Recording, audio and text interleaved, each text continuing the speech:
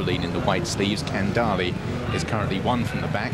The market leaders, well, back to the inside, Thesis in the maroon and white colours, and Perouse is amongst horses in the white sleeves, the green colours with the yellow chevron, as they climb uphill towards the second. And Andy Gin's racing keenly on the outside of the biker. These two towards the stand side have a length in hand over Master Papa. Shalico races in fourth place at this stage from Nick's Choice, and to the inside Thesis. Idaho Docs on the outside of Claude Greengrass. Towards the inner, the orange lead jacket of Kandali. Perouse is towards the back of the field, will rise just about last of all on the stand side of Zibelline, who jumped up well, Zibelline, amongst horses. So they begin their turn away from us, and they've got quite a long run before they encounter the first of two flights of hurdles on the side of the course. And it's Andy Gin who shows the way. 3 parts of a length clear from Master Papa in second. The bike has dropped back to third now on the inside of Shalico, just ahead of Nick's Choice and Idaho Docs. The field still very tightly grouped, testament to the fact that to this point at least they haven't gone that fast.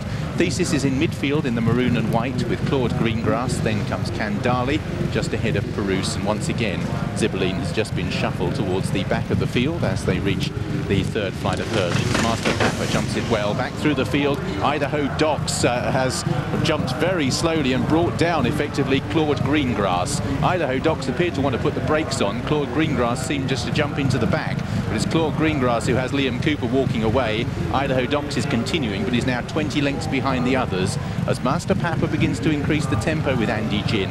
Shalico in third, then comes the biker. Perouse is just beginning to move through the field, is now alongside Thesis. They're racing in 6th and 7th place at this stage as they take flight number 4. Master Papa steps over it. Thesis made quite a serious error there, reached for the flight of hurdles and drops back towards the rear. So we've lost a couple of them. Idaho Docs is just about tailed off.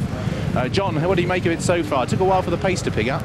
Well, they've got a good even gallop. Thesis, as you said, a bit clumsy at that last flight of hurdles. You need to jump the next 3 an awful lot better. But at this point, they're all going fairly well and just travelling pretty well. Is Zibelline, he's still running away. Yeah, Perouse as well, travelling very strongly at this stage in the white sleeve jacket in 5th as the biker comes off the bridle, and also Andy Gin outside the leader. Master Papa begins now to struggle, but they're still pretty tightly grouped, and even old Idaho Docs has got back within 6 lengths of the last horse as they begin the turn downhill and race on towards 3 from home. Master Papa by 3 parts of a length from Shalico.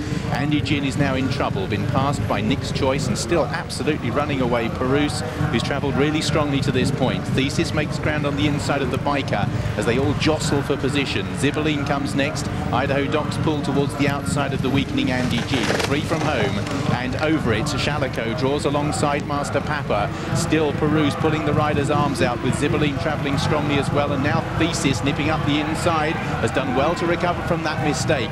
So a tactical conclusion to this as Thesis joins Shalico as we lose Master Papa, who takes a heavy fall at the second last. So Shalico from Thesis, Perouse still absolutely cantering behind the leaders, then Nick's Choice from Kandali and Zibelline as they turn back towards the final flight. And Shalico with Perouse, it does appear that Ruby Walsh only has to release the handbrake here. The far side is Thesis, Kandali next, down towards the last. Perouse now draws alongside Shalico.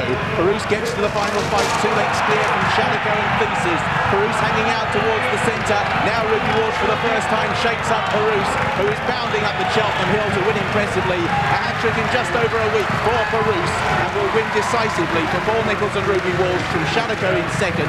Thesis was third, then Kandali from Zibelline, 5 lengths back to Nick's Choice. The biker just gets past stable companion Ida.